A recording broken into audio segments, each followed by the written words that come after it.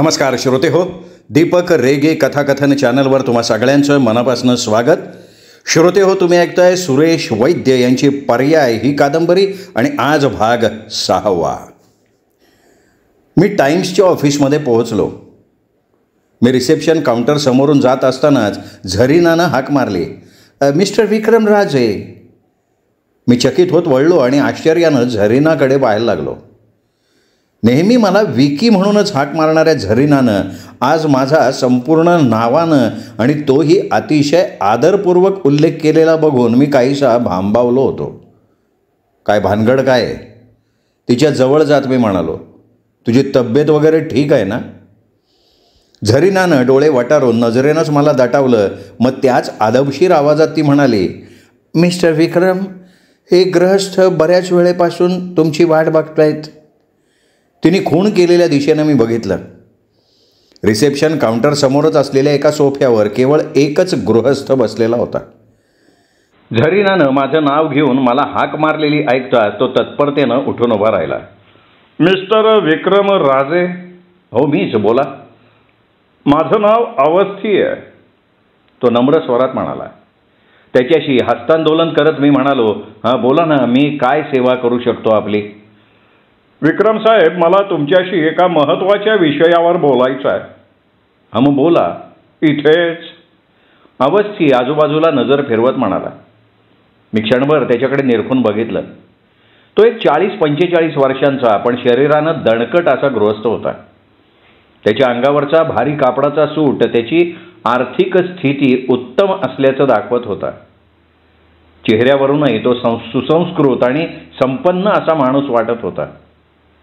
ठीक आहे, आपण माझ्या केबिनमध्ये बसूयात, या, असं म्हणत मी पुढे झालो. माझ्या मागोमाग येणाऱ्या अवस्थीला घेऊन मी मधला लांबलचक पॅसेज पार करून एका बाजूला बनवलेल्या माझ्या छोट्याशा केबिनमध्ये आलो. सिगरेट? टेबलामागच्या माझ्या खुर्चीवर बसता सिगरेटचं पाकिट काढून एक सिगरेट त्याच्या पुढे करत मी म्हटलं, थँक्यू, असं म्हणत अवस्थीनं सिगरेट घेतली. मीही एक सिगरेट काढली, ओठात धरली. मग लायटरनी पहिल्यांदा माझी आणि नंतर अवस्थीची सिगरेट शेलगावली. हां, आता बोला. सिगरेटचा एक कश घेतल्यावर मी म्हणालो, मी अवस्थी अँड अवस्थी सॉलिसिटर फर्मचा मी सिनियर पार्टनर आहे. जीवनदास मेहता आमचे क्लायंट आहेत. त्यांचं नाव तुम्ही ऐकलं असेलच. मी होकारार्थी मान डोलावली. जीवनदास मेहता एक प्रसिद्ध उद्योगपती होते. मेहता ग्रुप ऑफ इंडस्ट्रीजचे ते सर्वेसर्वा होते. अग्रवाल ग्रुप ऑफ इंडस्ट्रीज इतकाच त्यांचाही उद्योग क्षेत्रात दबदबा होता. त्यांच्या वतीनं बोलण्यासाठी मी तुमच्याकडे आलो आहे. कशाच्या संदर्भात? मी तुमच्यासाठी असं एक प्रपोजल आणलं आहे ज्यातनं तुम्हाला बरीच मोठी रक्कम मिळू शकते. किती? अवस्थी क्षणभर अडखळला. मग आवाजात सहजता आणत म्हणाला, किमान 2-1 लाख तरी. तुमची इच्छा असेल तर त्यापेक्षाही जास्त. गेल्या 30 तासांच्या अवधीत लाखाच्या आकड्यात पैसे मिळण्याची ही दुसरी संधी मला देण्यात आली होती. काय प्रपोजल काय आहे? मी सपाट स्वरात विचारलं. सांगतो, पण त्याआधी तुम्ही मला शब्द द्यायला हवा की मी जे काही सांगेन ते आपल्या पुरतंच ठेवाल, त्याची इतर कुठेही वाच्यता करणार नाही. तुम्ही काय सांगणार आहात ते समजल्याशिवाय मी असा शब्द कसा देऊ शकेन? नाही, तसा शब्द दिल्यानं तुमचं काहीही नुकसान होणार नाही याची खात्री बाळगा. कारण जे काही मी तुम्हाला सांगणार आहे त्याच्याशी तुमचा संबंध असणं तर लांब, त्यात तुम्हाला काडी मात्रही रस असणार नाही आहे.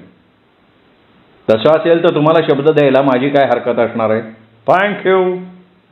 अवस्थीनं मनावरचं एक फार मोठं ओझं उतरल्यासारखा निश्वास सोडला.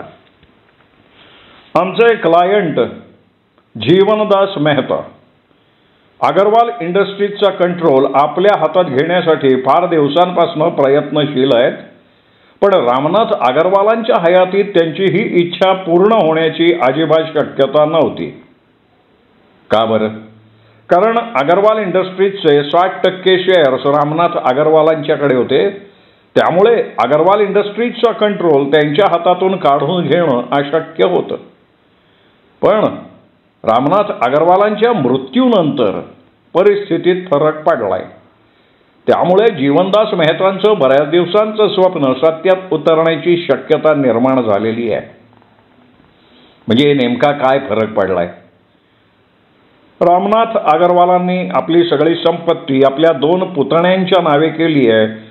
याचाच अर्थ त्यांच्या 60% शेअर्सची विभागणी होऊन आता त्यांच्या दोन्ही पुतण्यांकडे 30% शेअरची मालकी आलेली आहे. जीवनदास मेहतांनी अगरवाल इंडस्ट्रीजचे 25% शेअर्स ऑलरेडी शेअर मार्केटमधनं गुपचूप खरेदी केलेले आहेत. त्यापेक्षा अधिक शेअर मार्केटमध्ये विक्रीला आले नव्हते. आता परिस्थिती अशी आहे की 30% शेअर्स मधुलिकाकडे आहेत, 30% तिच्या बहिणीकडे आहेत, 25% जीवनदास मेहतांकडे, तर उरलेले 15% किरकोळीत अन्य लोकांकडे विखुरले गेलेले आहेत. आता या दोघी बहिणींपैकी कोणी जर आपले शेअर्स जीवनदास मेहतांना विकायला तयार झालं तर त्यांच्याकडे 55% शेअर्स होतील आणि मग अगरवाल इंडस्ट्रीजचा कंट्रोल आपोआप त्यांच्या हातात येईल. आता प्रश्न असा येतो की या दोघी बहिणींपैकी आपले शेअर विकायला कोण तयार होईल? सोनालीकडनं शेअर विकले जाण्याची अपेक्षा करणं चुकीचं आहे, कारण तिचा पती उमेश सोळंकी कंपनीचा चेअरमन आहे.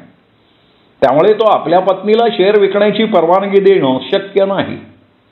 त्यामुळे आमची सगळी आशा मधुलिका अगरवालवर केंद्रित झालेली होती. अवस्थी क्षणभर थांबला, मग पुढे बोलायला लागला. मधुलिका अगरवालच्या बाबतीत 2 गोष्टी अशा होत्या की ज्यामुळे आपले शेअर विकण्यासाठी तिचं मन वळवता येईल अशी आम्हाला खात्री वाटत होती. एक म्हणजे अगरवाल इंडस्ट्रीजमध्ये तिला फारसा इंटरेस्ट नव्हता आणि दुसरं म्हणजे रमेश सोळंकी तिला अजिबात आवडत नव्हता.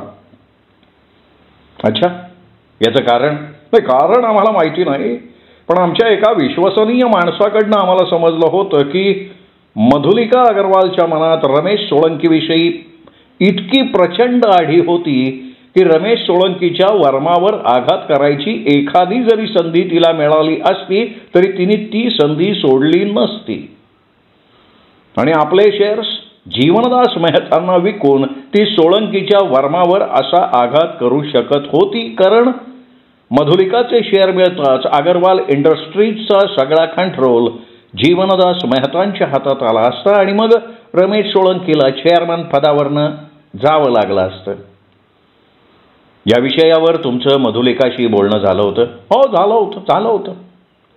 आम्ही त्यांना सगळी परिस्थिती समजावली होती आणि मधुलिका अगरवाल आपले शेअर्स विकायला तयार सुद्धा झालेली होती. पण हे शेअर्सचं हस्तांतरण होण्याआधी तिचा खून झाला आणि आमच्या सगळ्या प्रयत्नांवर पाणी पडलं. आता या परिस्थितीत तुम्ही आम्हाला मदत केली तर आम्हाला काहीतरी आशा आहे. मी तुम्हाला यात काय मदत करू शकतो? मी गोंधळून जात म्हणालो.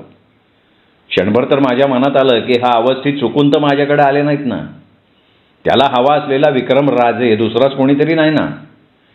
का मला कुठला शेअर मार्केटमधला दलाल बेलाल समजलाय? अहो, आता तर सगळं काही तुमच्याच हातात आहे साहेब. अवस्थी एखाद्या मंत्र्याकडनं आपलं काम करून घेण्यासाठी बोलावं ना तशा स्वरात म्हणाला. मधुलिका अगरवालचा तो टेम्पररी पती रोहित जर तिच्या खुनाच्या आरोपातनं निर्दोष मुक्त झाला तर मधुलिकाच्या सगळ्या संपत्तीचा तो कायदेशीर वारस होईल. म्हणजेच अगरवाल इंडस्ट्रीजच्या त्या 30% शेअरचा मालक सुद्धा तोच असेल. नाही, हे सगळं ठीक आहे, पण या सगळ्या प्रकरणात माझी काय भूमिका आहे? तेच सांगतोय. मला मिळालेल्या माहितीनुसार रोहित तुमच्या संपर्कात आहे. पोलिसांपासून त्याचा बचाव करण्यासाठी तुम्ही त्याला कुठेतरी लपवून ठेवलेला आहे. मी त्याला लपवून ठेवलंय? मी एकदम डोळे विस्फारून अवस्थीकडे बघत म्हणालो. अहो, हे तुम्ही काय बोलताय? विक्रम साहेब, यात नाराज होण्यासारखं काय आहे? अवस्थी मला चुचकारण्याच्या स्वरात म्हणाला. मला अशीच माहिती मिळाली आहे. तुम्ही पोलीस हेडक्वार्टरला फोन करून रोहितला घेऊन येतो म्हणून सांगितलं, पण घेऊन गेला नाहीत. कदाचित नंतर तुमचा विचार बदलला असेल आणि तुम्ही त्याला कुठेतरी लपवून ठेवला असेल. कमाल आहे. मी कपाळावर आठ्या घालत तीव्र स्वरात म्हणालो, अहो तुमच्यासारखी सुशिक्षित आणि अनुभवी माणसं अशा बाजार गप्पांवर विश्वास ठेवतात म्हणजे कमालच म्हणायला पाहिजे अवस्थी. हो रोहित काय माझा जावई आहे का की त्याच्यासाठी मी एवढा मोठा धोका पत्करेन? खुनासारख्या गंभीर आरोप असलेल्या माणसाला लपवून ठेवून मला काही जेलमध्ये जायचे डोहाळे लागले? Please please please please mister Vikram, I am really sorry, very sorry. माझ्याबद्दल गैरसमज करून घेऊ नका. मी जसं ऐकलं होतं तसं तुम्हाला सांगितलं. तुमच्या म्हणण्यानुसार मला मिळालेली माहिती चुकीची असली तरी त्यांनी फरक काही पडत नाही. तुम्ही तरीही आमची मदत करू शकता. ती कशी काय? हे बघा, आज ना उद्या पोलीस रोहितला अटक करणार. तुम्ही जर रोहितला निर्दोष सिद्ध करण्यात यशस्वी झालात आणि नंतर त्याच्याकडे असलेले शेअर आम्हाला विकण्यासाठी त्याचं मन वळवलं तर तुम्हाला या मदतीबद्दल रोख 2 लाख रुपये द्यायला आम्ही तयार आहोत. हे बघा विक्रम साहेब, रोहितची निर्दोष मुक्तता व्हावी अशी आमची मनापासूनची इच्छा आहे. कारण त्याच्यावरचा आरोप सिद्ध होऊन त्याला शिक्षा झाली ना तर आमची सगळी योजनाच फेल होईल हो. कारण ज्या परिस्थितीत मधुलिकेचा हिस्सा सोनालिकेला मिळेल आणि मग 60% शेअरची मालकी आल्यामुळे रमेश सोळंकीकडनं अगरवाल इंडस्ट्रीजचा कंट्रोल काढून घेता येणं कुणालाही शक्य होणार नाही. समजा रोहितची निर्दोष मुक्तता झाली आणि वारस म्हणून मधुलिकाची सगळी संपत्ती त्याला मिळाली, पण तो नंतर शेअर विकायला तयार झाला नाही तर? शेअर तो त्याला विकावेच लागणार साहेब. अगदी नाईलाजानं का होईना पण विकावेच लागणार. करोडो रुपयांच्या इस्टेटीवर त्याला लाखो रुपये इस्टेट ड्युटी भरावी लागेल. मग शेअर विकल्याशिवाय एवढे पैसे तो आणणार कुठनं? त्यामुळे त्याला ते विकावेच लागतील. फक्त फरक एवढाच पडेल की तुमच्या सांगण्यावरनं ते तो दुसऱ्या कोणाला न विकता फक्त आम्हाला विकेल. का? माझ्या सांगण्यावरनं का तो असं करेल? अहो कारण खुनाच्या आरोपातनं तुम्ही त्याची सुटका केल्यामुळे तुमच्या शब्दाला तो मान देईल आणि तसंही बाजारभावापेक्षा कमी त्याचे शेअर खरेदी करण्याचा आमचा विचार नाही आहे, अजिबात नाही आहे. जो काही बाजारभाव असेल त्या भावानं आम्ही त्याचे शेअर खरेदी करायला तयार आहोत. त्यामुळे तुमच्या शब्दाला मान दिल्यामुळे त्याचं नुकसान होईल असंही नाही. शिवाय आम्हाला शेअर विकण्यात त्याचा आणखीन एक फायदा आहे. मग तोही सांगून टाका ना मला. त्याने जर आपले सगळे शेअर स्वतः विकायचा प्रयत्न केला तर त्याच्या शेअर्सचे भाव एकदम गडगडतील. अपेक्षा इतकी किंमत त्याला मिळणार नाही. थोडक्यात आम्हाला शेअर विकण्यात त्याचा फायदा आहे. मी गप्प राहिलो. तर मग माझ्याकडे मोठ्या आशेनं बघत अवस्थी म्हणाला, तुमचं सहकार्य आम्हाला मिळेल अशी अपेक्षा करायला हरकत नाही ना? नाही, त्याबाबत मी आत्ताच तुम्हाला काही नाही सांगू शकणार. पण आमच्या प्रपोजलवर तुम्ही विचार तर कराल का नाही? माझ्यावर विश्वास ठेवा विक्रम साहेब, यात कसलीही फसवाफसवी किंवा चीटिंग नाही आहे. ही फेअर ऑफर आहे. म्हणून तर मी तुम्हाला स्पष्टपणे नकार दिला नाही ना. हो म्हणजे मला आशेला जागा आहे. का नाही? अहो आशेवर तर माणूस जगत असतो. थँक्यू व्हेरी मच असं म्हणत अवस्थीने झटकन पुढे येऊन माझा हात हातात घेतला. त्याला झालेला आनंद त्याच्या हातातून व्यक्त होत होता. मोठ्या मुश्किलीनं मी माझा हात त्याच्या हातातून सोडवून घेतला. पुन्हा एकदा मी तुम्हाला विनंती करतोय विक्रम साहेब. अहो त्यात विनंती कसली करताय? सांगितलं ना मी तुमच्या प्रपोजलचा विचार करेन. नाही त्याबद्दल नाही म्हणत आहे मी आत्ता. मग जीवनदास मेहता अगरवाल इंडस्ट्रीजचा सगळा कंट्रोल आपल्या हातात घेण्याचा प्रयत्न करतोय ही गोष्ट तुम्ही एवढ्यात कुठे बोलू नका. आत्ता जे काही आपलं बोलणं झालं ते तुमच्या माझ्यात राहावं अशी माझी इच्छा आहे. हां त्याबाबत तुम्ही निश्चिंत राहा. सद्गतीत होऊन अवस्थीने पुन्हा माझा हात आपल्या हातात देण्याचा प्रयत्न केला, पण त्याला तशी संधी न देता चपळाईनं मी माझे हात टेबलाच्या खाली घेतले. अवस्थीने मग आपल्या कोटाच्या आतल्या खिशात हात घालून 100च्या नोटा असलेलं एक पुडकं बाहेर काढलं आणि एखाद्या भाविकानं मोठ्या भक्तिभावानं देवापुढे प्रसाद ठेवावा तसं माझ्या पुढे ठेवलं. हे काय? मी प्रश्नार्थक मुद्रेनं त्याच्याकडे बघितलं. हे 10,000 रुपये. अवस्थी नम्र स्वरात म्हणाला, ॲडव्हान्स म्हणून. नाही त्याची काही गरज नाही अवस्थी साहेब. पहिल्यांदा माझ्या हातनं कार्य तर घडू द्या, मग हा नैवेद्य स्वीकारायचा आहेच की. अहो पण मी नोटांचं पुडकं उचललं आणि जबरदस्तीनं अवस्थीच्या खिशात कोंबून टाकलं. अवस्थी ओशाळवाणा हसला. अच्छा गुड डे, मी म्हणालो त्याला. आपल्या प्रेयसीचा निरोप घेताना एखाद्या प्रियकरानं ज्या विव्हल नजरेनं तिच्याकडं बघावं तशा नजरेनं माझ्याकडं बघत अवस्थीने जड अंतःकरणाने माझा निरोप घेतला. अवस्थी गेल्यावर मी पुन्हा एक सिगरेट पेटवली. खुर्चीवर मान टेकून डोळे मिटून घेतले. अवस्थीमार्फत जीवनदास मेहतानं या प्रकरणात एंट्री घेतल्यामुळे या केसमध्ये आता अनेक शक्यता निर्माण झालेल्या होत्या. रमेश सोळंकी हा माणूस आता मला जास्त संशयित वाटायला लागला होता. मधुलिका अगरवाल आपले शेअर जीवनदास मेहतांना विकणार आहे ही गोष्ट जर त्याला समजली असेल तर तसं करण्यापासून तिला अडवण्यासाठी त्याने तिचा खून केला असण्याची शक्यता अगदीच काही नाकारता येत नव्हती. अर्थात मधुलिकानं रोहितशी लग्न केलंय ही गोष्ट त्याला माहीत नसेल तर तो पाऊल उचलायची शक्यता होती हेही नजरेआड करून चालणार नव्हतं.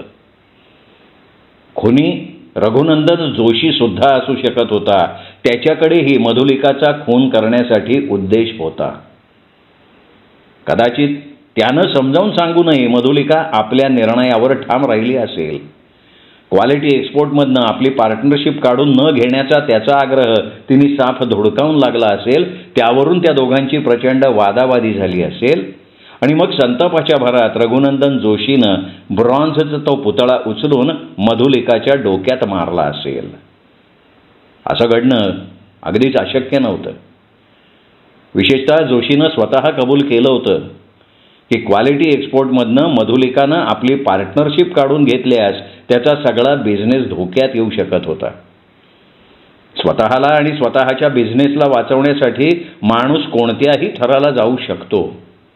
मग रघुनंदन जोशी तरी त्याला अपवाद कसा असू शकेल.